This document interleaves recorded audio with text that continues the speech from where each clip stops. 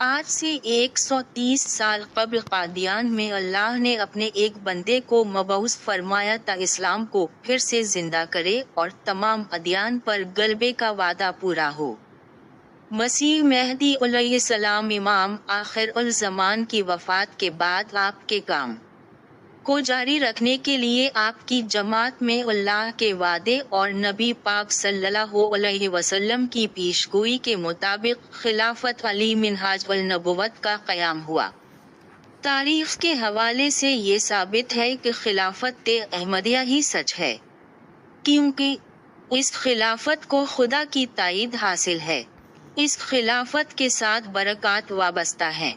خلیفہ خدا کا منتخب بندہ ہوتا ہے۔ خلیفہ کا ایک خاص مرتبہ ہے۔ خلیفہ کے ساتھ محبت اور عقیدت کا تعلق ہوتا ہے۔ اسی محبت کا تقاضا ہے کہ اس کی اطاعت کی جائے۔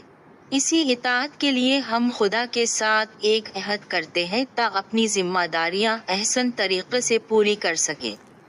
قرآن کریم کے مطابق سلسلہ محمدیہ میں خلافت کا قیام سلسلہ موسویہ سے مشابہت کی وجہ سے ہے۔ حضرت مسیح موعود علیہ السلام فرماتے ہیں کہ ہر نیکی اور بدی میں دونوں سلسلوں میں ایک دوسرے سے مطابقت پائی جاتی ہے۔ جیسے موسیٰ علیہ السلام کی قوم میں حکومت اور خلافت، ویسے ہی محمد صلی اللہ علیہ وسلم کی قوم میں، جیسے موسیٰ علیہ السلام کی قوم میں بادشاہوں نے خانہ جنگیاں کی، ویسے ہی محمد صلی اللہ علیہ وسلم کی قوم نے، جیسے موسیٰ علیہ السلام کی قوم کے اکثر بادشاہوں کا چال چلن خراب، ویسے ہی محمد صلی اللہ علیہ وسلم کی قوم کے اکثر بادشاہوں کا، جیسے موسیٰ علیہ السلام کی قوم کا خاتم الخلفاء عیسیٰ علیہ السلام ابن مریم، ویسے ہی محمد صلی اللہ علیہ وسلم کا خاتم الخلفاء ابن مریم۔ اللہ تعالیٰ نے دونوں قوموں کو فرمایا تھا کہ تمہیں حکومت اور خلافت ملے گی، پھر اللہ دیکھے گا کہ تم راستہ بازی پر قائم رہتے ہو یا نہیں۔ سورۃ الاعراف 130، سورۃ یونس 15۔ یعنی اگر نعمت کی قدر نہ کی تو تباہی بربادی آئے گی، اور تاریخ سے ثابت ہے کہ یہود نے اس نعمت کی قدر نہ کی، اور ان پر پہلی تباہی 587 قبل مسیح میں بابل کے بادشاہ بنو قد نظیر کے ہاتھوں آئی۔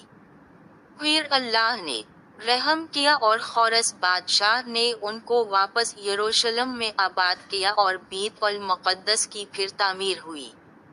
لیکن یہود پھر بگڑے اور یونانیوں اور رومیوں کے ماتحت ہو گئے۔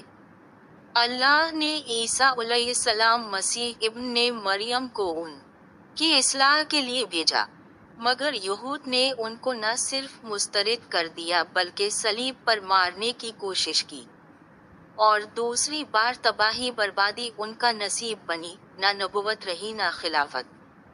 ارض سے مقدس سے نکالے گئے اور ذلیل و خوار ہوئے۔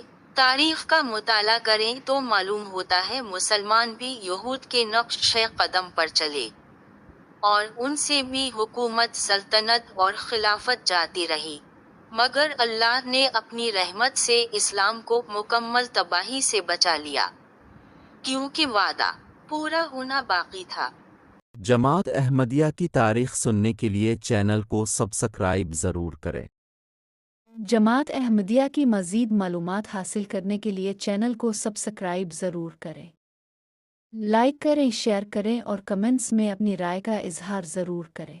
ہم تو رکھتے ہیں مسلمانوں کا دین، ہم تو رکھتے ہیں مسلمانوں کا دین، دل سے ہے خدا میں ختم المرسلین۔